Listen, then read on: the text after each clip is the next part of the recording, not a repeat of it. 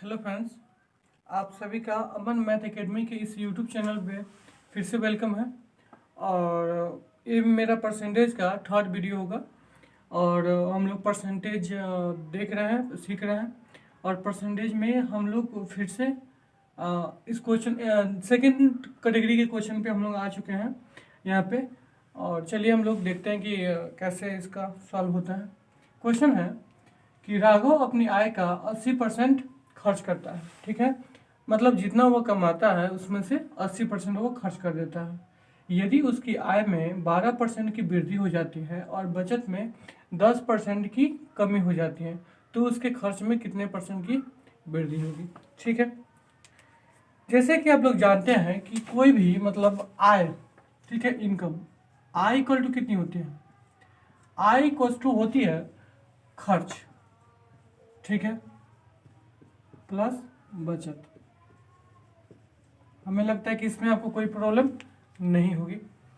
और जैसे कि क्वेश्चन बोल रही है राघव अपनी आय का 80% खर्च करता है, तो 80% का मतलब कितना होता है? 80% का मतलब होता है 4/5। ठीक है, 80% का मतलब हुआ 4/5। ठीक है, मतलब क्या हुआ कि राघव अगर 5 रुपया कमाता है तो 4 रुपया क्या करता है? खर्च कर देता है। ठीक है, मतलब उसकी ये क्या हो गई? आय।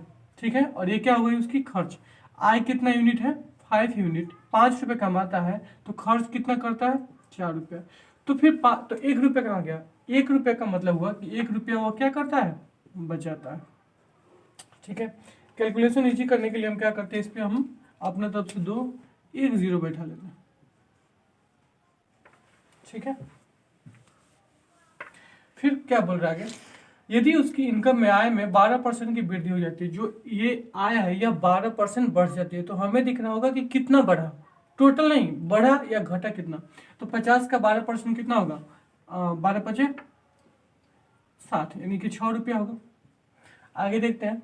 और उसके बचत में 10% की कमी हो जाती है, तो बचत कितना था? 10 रुपया था। और इसमें से 10% की कमी, यानी कि 10 का 10% मतलब कितना होता है? 1। ठीक है, और कमी हुई है इसलिए यहाँ पे माइनस का साइन देंगे। ठीक है, तो उसके खर्च में कितने परसेंट की वृद्धि होगी? तो आप हमें ये बताएं कि 6 है और यहाँ पे 1 है, -1 है, तो यहाँ पे क्या लिखें कि जो इक्वेशन दिया हुआ है सेटिस्फाइड हो जाए। ठीक है, तो आप जानते हैं कि 6, यानी इसका मतलब हुआ कि 7। 7 में से 1 घटाएंगे तो कितना आ जाएगा? 6।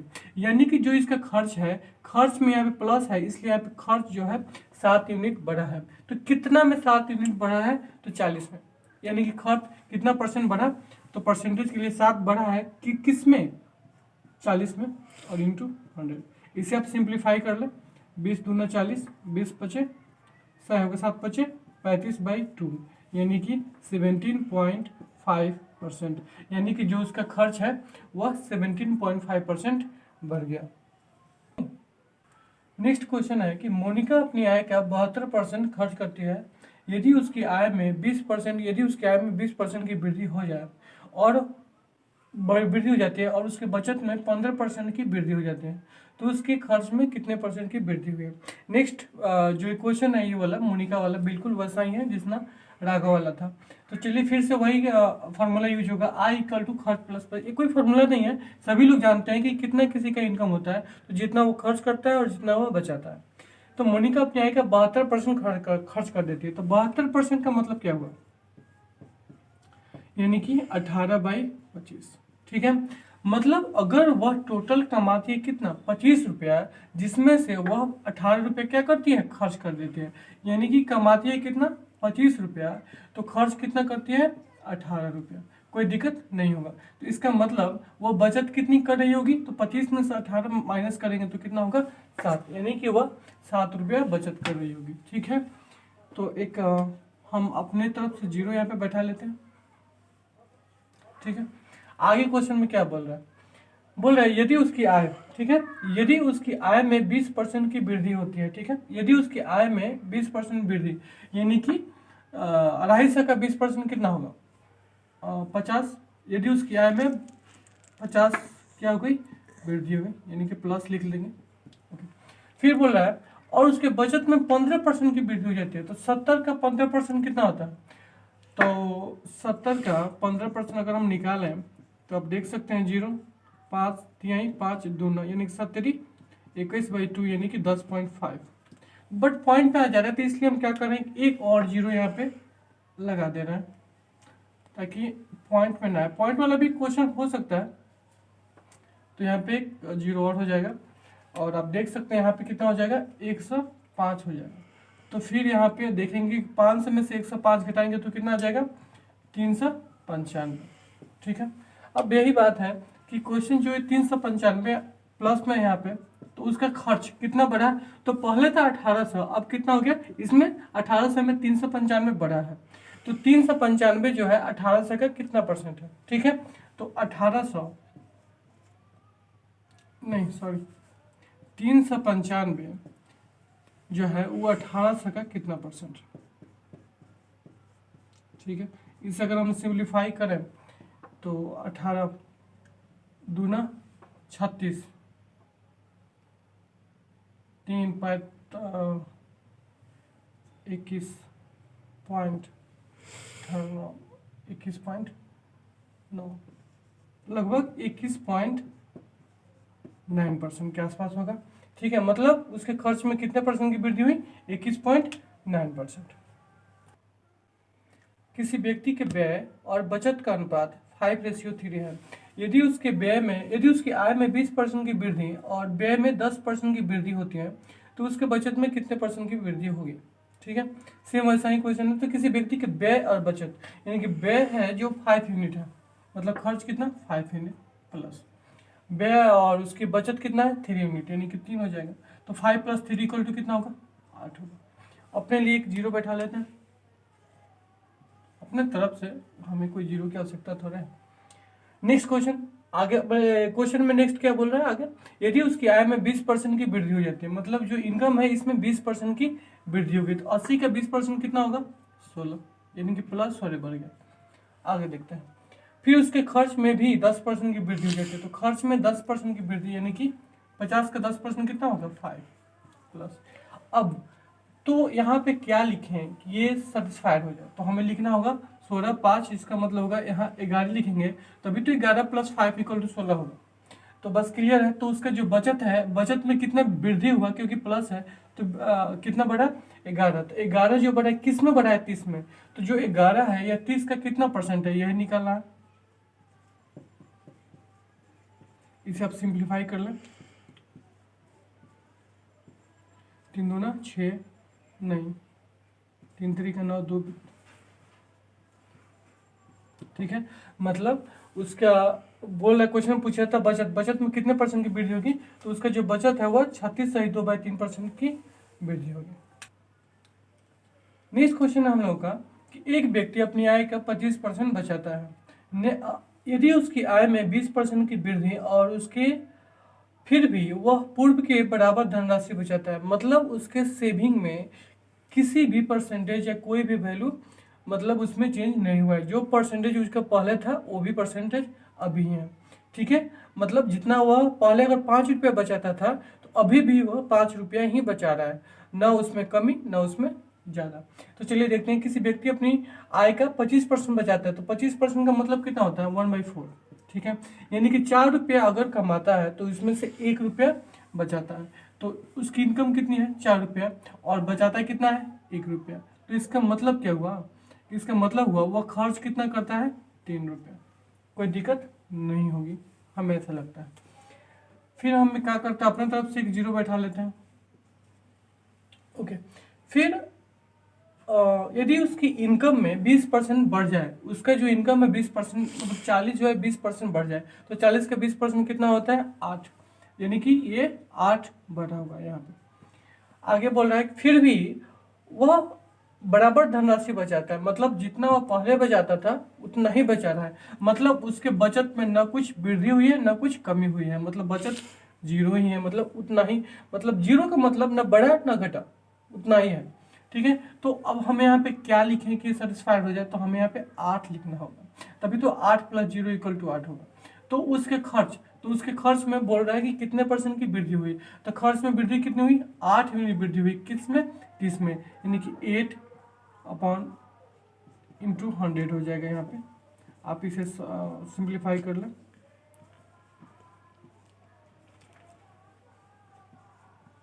यानी कि 26/2/3% उसके खर्च में वृद्धि हुई होगी। नेक्स्ट क्वेश्चन नंबर 5 हम लोग देखेंगे कि राजू अपनी आय का राजू क्या है उसके खर्च से 44.44% अधिक है। यदि उसकी आय 60% बढ़ जाती है और उसके व्यय में 70% की वृद्धि होती है तो उसका बचत 12,000 रुपये बढ़ जाता है। तो उसके प्रारंभिक व्यय और प्रारंभिक बचत का अंतर बताएं। बिल्कुल वैसा ही क्वेश्चन है बट थोड़ा सा इसमें और कुछ डाटा इंक्लूड कर दिया गया है। ठीक है, चलिए देखते हैं और वैसा ही तरीका बनाएंगे हम उसी तरीके से। Same method, I equal to कितनी होती है, खर्च प्लस बचत। अब तो आप लोगों को याद हो गया होगा। तो राजू क्या है उसके खर्च से 44.44% अधिक है। सबसे इम्पोर्टेंट बात यह है कि हमें अभी नहीं पता कि 44.44% इक्वल टू कितना होता है। तो चलिए देखते हैं। हाँ, आप ये नोटिस कर रहे होंगे कि ये जो है ये 11.11 का चरगुना है, 4 टाइम्स है। तो 11.11 इक्वल टू कितना होता है, आपको पता होना चाहिए, 1/9 होता है। 1/9 इंटू 4, जिसका मतलब हुआ 4/9। ठीक है, मतलब क्लियर कि 4.44% इक्वल टू कितना हो गया, 4/9। तो राजू की आय उसके खर्च से, मैंने आपको नेक्स्ट पिछले वीडियो में बताया है कि जिससे तुलना हो उसको हम लोग नीचे रखते हैं। तो किससे तुलना हो रही है, उसके खर्च से तुलना हो रही है। इसका मतलब हुआ कि 9 क्या है उसका खर्च। ठीक है, खर्च से इतना परसेंट अधिक है। तो आपको मैंने कल ही बताया कि ये 4 क्या है, तो ये 9 का 44.44% क्या है, 4 है। ठीक है, यानी कि जो राजू की आय है 9 से कितना अधिक है, 44.44। ये 4 जो है 44, 9 का 44.44% ही तो है। इसका मीनिंग ये हुआ कि जो उसकी राजू की आय है वह 9 से 4 ज़्यादा है। ठीक है, मतलब 9 से 4 ज़्यादा का मतलब कितना हुआ, 9 4 13। यानी कि राजू की आय कितनी है, 13 यूनिट है और उसका खर्च कितना है, 9 यूनिट है प्लस। तो इसका मतलब उसका बचत कितना हुआ होगा, 4 है। क्लियर होगा। ओके, अब अपने तरफ से हम फिर से वही काम करते हैं, एक 0 बैठा लेते हैं यहाँ पे। ठीक है, नेक्स्ट क्वेश्चन बोल रहा है कि यदि उसकी आय 60% बढ़ जाती है, ठीक है, मतलब ये जो उसकी इनकम है 60% बढ़ जाए तो इसका मतलब क्या होगा, कितना बढ़ा उसका। ठीक है, उसकी आय जो है 78 बढ़ गई और उसके खर्च में भी 70% की वृद्धि हो जाती है। तो खर्च कितना है, 90। तो 90 का 70% कितना होता है, 63 प्लस। अब यहाँ पे क्या लिखें जो सेटिस्फाई हो जाए, तो 8 में से 3 जाएगा 5 और 7 में 6 हो जाएगा 1। यानी कि जो उसका बचत है, बचत में कितना वृद्धि हुआ, +15। और क्वेश्चन में वही बात बोल रहा है कि उसका बचत 12,000 बढ़ गया। इसका मतलब क्या हुआ, यहाँ पे 15 यूनिट यहाँ पे बढ़ा क्वेश्चन में और वहाँ पे दिया हुआ है 12,000, यानी कि 15 यूनिट का मतलब हुआ 12,000 रुपये। ठीक है, तो क्वेश्चन पूछ क्या रहा है, तो उसके प्रारंभिक व्यय यानी कि प्रारंभिक खर्च यानी कि 90 और उसके प्रारंभिक बचत यानी कि 40 के बीच अंतर कितना है। तो यहाँ पे आपको कितना डिफरेंस दिख रहा है, 90 में से 40 माइनस करेंगे तो कितना आएगा, 50। यानी कि 15 यूनिट का मतलब 12,000, तो पूछ रहा है 50 यूनिट का मतलब क्या होगा। तो देख लेते हैं, 50 यूनिट का मतलब कितना, 12,000 डिवाइड बाई 15 इंटू 50। ठीक है, सिंप्लीफाई करें, 5 से 5 3, यहाँ पे 10 होगा 3, इसका मतलब कितना हुआ। ठीक है, मतलब उन दोनों के बीच अंतर कितना है, 40,000। आशा करते हैं आपको जरूर समझ में आई होगी। अब हम लोग आते हैं नेक्स्ट क्वेश्चन की तरफ। गीता अपनी आय का 18.18% बचाती है। ठीक है, यदि उसका व्यय 14/2/7% बढ़ जाता है और उसकी आय में 20% की वृद्धि हो जाती है तो उसके बचत में 9600 रुपये की वृद्धि हो जाती है।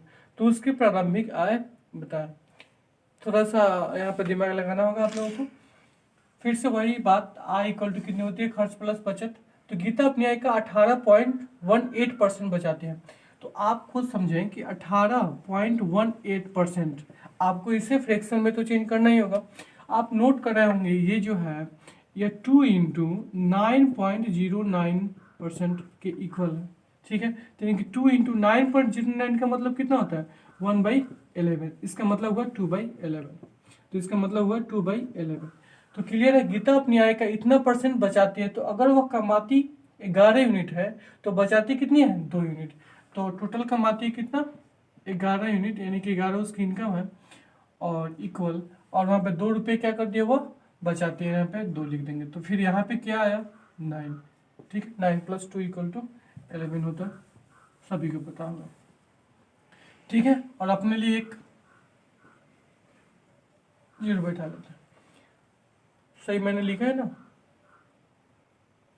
ठीक है, आगे देखते हैं। यदि उसका व्यय 14.2/7% बढ़ता है। ठीक है, मतलब क्या हुआ 14.2/7% बढ़ता है का मतलब 14.2/7% का मतलब हुआ 1/7। ठीक है, मतलब क्या हुआ कि उसका जो पहले मतलब खर्च था पहले 7 यूनिट, अब उसका खर्च बढ़ गया है 1 यूनिट। तो आप हमें बताएं 90 का 1/7, 90 का आप 1/7 कैलकुलेट करें तो फिर 90/7 जो सिंप्लीफाई होगा नहीं, मतलब ये पॉइंट में चला जाएगा या फिर फ्रैक्शन के रूप में चला जाएगा। तो इन दोनों को हटाने के लिए हम क्या करते हैं, जैसे आपने यहाँ पे एक 0 बैठाया, इसी तरह आप सभी में क्या करें 7 से मल्टीप्लाई करें, कोई असर नहीं होगा। हम सभी में 7 से मल्टीप्लाई कर लेते हैं तो क्या आ जाएगा, इसमें भी 7 से मल्टीप्लाई कर लेते हैं तो कितना होगा 7, तो 20 सते 140। इसमें भी अब 7 से मल्टीप्लाई कर लें, इतना हो जाएगा। इसमें भी अब 7 से मल्टीप्लाई कर लें, कोई आपको प्रॉब्लम नहीं होगी। मैंने 7 से मल्टीप्लाई क्यों किया, क्योंकि यहाँ पे हमें दिख रहा था 1/7, मतलब नीचे जो था यहाँ पे डिनोमिनेटर हर में 7 था, तो हमें भी यहाँ पे खर्च में इसके अंदर 7 होना चाहिए ताकि ये कट जाए पूरा पूरा, इसलिए मैंने सभी में 7 से मल्टीप्लाई कर दिया। ठीक है, तो चलिए अब आसान होगा। यदि उसके व्यय 14.2/7 का मतलब होता है 1/7, 1/7 बढ़ता है, तो खर्च जो है 1/7 यानी 630 का 1/7 निकालेंगे तो आराम से निकाल सकते हैं 90। ठीक है, 90 बढ़ता है, और उसकी इनकम भी 20% बढ़ जाती है। तो 770 का 20% कितना होता है 154। ठीक है, बिल्कुल ठीक है। अब यहाँ पे क्या लिखें, तो इसमें से इतना माइनस कर लेते हैं, कितना होगा 4 और यहाँ पे 6 होगा, यानी कि उसका जो बचत है कितना बड़ा 64 यूनिट। और क्वेश्चन बोल रहा है कि उसका बचत कितना हो गया 9600 रुपये की उसके बचत में वृद्धि हुई। तो बस क्लियर है कि 64 यूनिट का मीनिंग हुआ कितना 9600। और आपका पूछ क्या रहा है क्वेश्चन में, उसकी प्रारंभिक आय क्या है, तो प्रारंभिक आय कितनी है 770। तो इसका मतलब तो फिर 770 यूनिट इक्वल टू कितना हो जाएगी 9600 डिवाइड बाई 64 इंटू 770। ठीक है, अगर आप इसे सिंप्लीफाई करें तो कैसे होगा,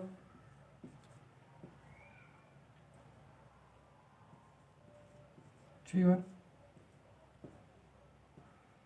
ठीक है, ओके, और मल्टीप्लाई करें तो कितना हो जाएगा 105 105 5511, इसका मतलब हुआ 1155। ठीक है, मतलब उसका प्रारंभिक आय उस व्यक्ति की कितनी थी 1,15,500। नेक्स्ट क्वेश्चन हम लोगों का है कि एक व्यक्ति की मासिक आय 87,500 है। ठीक है, तथा उसकी मासिक खर्च 50,000 रुपये है। यदि अगले वर्ष उसकी आय 33% बढ़ जाती है तथा खर्च 18% बढ़ जाता है तो उसके बचत में कितने परसेंट की वृद्धि होगी। ठीक है, सेम वैसा ही है जैसे कि हम लोग जानते हैं कि आय कितना होता है खर्च प्लस बचत। ठीक है, और आय कितनी है 87,500 है, यानी कि इनकम जो है, और यहाँ पे किसका दिया हुआ है खर्च एक्सपेंस दिया हुआ है कि इनकम कितना दिया हुआ है 87,500 और फिर खर्च कितना दिया हुआ है इतना दिया हुआ है। हम इन दोनों का हम रेशियो ले लेते हैं तो यहाँ पे कैंसिल आउट हो जाएगा। अगर 5 से सिंप्लीफाई करें कितना हो जाएगा, यहाँ पे 100 हो जाएगा। फिर अगर हम 25 से सिंप्लीफाई करें 7, यानी कि 7 और 4 का मतलब अगर वह कमाता 7 यूनिट है तो खर्च कितना करता है, 4 यूनिट। यानी कि कमाता कितना है, 7 यूनिट, तो खर्च कितना करता है, 4 यूनिट। ठीक है, तो इसका मतलब बचत कितना करेगा, 3 यूनिट। अगर आप ये वैल्यू से बनाए तो, और क्वेश्चन में पूछ क्या रहा है, उसके बचत में परसेंट वृद्धि। तो कोई भी चीज अगर आपको परसेंटेज में पूछ रही है, कोई भी आप क्वेश्चन बनाए, तो ये वैल्यू इतना आप लेने की कोई जरूरत नहीं है। आप उसका हमेशा हमेशा उसका रेशियो लेंगे क्योंकि वहां पे क्वेश्चन में पूछ ही रहा है परसेंटेज। ठीक है, तो इतना वैल्यू लेने की कोई आवश्यकता नहीं है। अगर वहां पे पूछ देता है कि उसका बचत कितना है, तब हमें इन वैल्यू की आवश्यकता होती, बट अभी नहीं है। ठीक है, ओके आगे देखते हैं। इसमें हम अपने तरफ से 2 जीरो लगा लेते हैं। चलिए आगे देखते हैं। फिर यदि अगले वर्ष उसकी आय 33% बढ़ जाती है, मतलब जो इनकम है वह 33% बढ़ जाती है, यानी कि 7 से का 33% कितना होगा, 7 से का 33% देख लेते हैं। 33 यानी कि 231। आय कितना, आय में कितनी बढ़ोतरी हो गई, 231। आगे देखते हैं। और उसके खर्च में भी 18% वृद्धि हो जाती है, तो 4 से का 18% कितना होता है, 72 होगा। ठीक है, और तो फिर बचत कितना हुआ होगा, तो 2 से 31 में से 72 हम माइनस कर देते हैं, तो कितना होगा, 9 और 12 5 159 होगा। तो बस क्लियर हो गया। तो उसके बचत में कितने परसेंट की वृद्धि हुई, तो बचत में कितने वृद्धि हुआ, 159 की, और था कितना बचत, 300 था। तो बस क्लियर है, 159 जो है वो 300 का कितना परसेंट है, देख लेते हैं। 159 डिवाइड बाई 300 इंटू 100, सिंप्लीफाई करें आप, 3 बचे 15, 3 3 9, यानी कि उसकी जो उसके बचत में कितने परसेंट की वृद्धि हुई, 53% की वृद्धि हुई। आइए अब हम लोग अंतिम क्वेश्चन की तरफ चलते हैं। यदि x माइनस वाई का 60% इक्वल है 45% ऑफ x प्लस वाई, और y इक्वल टू है x का k%, तो k का 21% कितना होगा। ठीक है, तो बस क्वेश्चन नोट करते हैं हम। x माइनस वाई का कितना है, 60%, 60%, वहाँ पे किधर है 45% x प्लस वाई। ठीक है, तो पहले इसको जरा हम सॉल्व करते हैं। परसेंट से परसेंट आउट हो गया, और 15 चौका और 15 तिहाई, तो आप इसमें 4 से मल्टीप्लाई कर लें, 4x माइनस 4y, इधर कितना 3x प्लस 3y। ठीक है, तो 4x, अगर ये 3x इधर आएगा तो 4x में से माइनस हो जाएगा 3x, तो कितना बचा x, इधर देखें 3y, माइनस 4y उधर जाएगा तो कितना हो जाएगा 7y। ठीक है, तो x बाई वाई कितना हो जाएगा, x बाई वाई हो जाएगा 7/1। ठीक है, आगे क्या बन रहा है, y इक्वल टू एक्स का k%, y का मतलब कितना हुआ 1, तो 1। ठीक है, इक्वल x का, x कितना है 7, 7 का k%, मतलब k% का मतलब हुआ k/100। तो यहाँ से अगर हम k का मान निकालना चाहें क्रॉस मल्टीप्लीकेशन करके, तो k इक्वल टू आ जाएगा 100 डिवाइड बाई 7। ठीक है, तो आगे क्या बोल रहा है, आगे बोल रहा है कि k का 21% आप बताएं, तो k का 21%। ठीक है, मतलब क्या हुआ, k का मतलब 100/7 का 21% निकालना है हमें। तो आप देख रहे होंगे 3 आएगा आंसर। ठीक है, अभी हम लोगों ने 8 क्वेश्चन यहाँ पे देखा हुआ है, और हम इस वीडियो को इतना ही देर रहने देते हैं, और फिर हम लोग नेक्स्ट क्वेश्चन नेक्स्ट वीडियो में फिर से हम लोग देखेंगे। Thank you.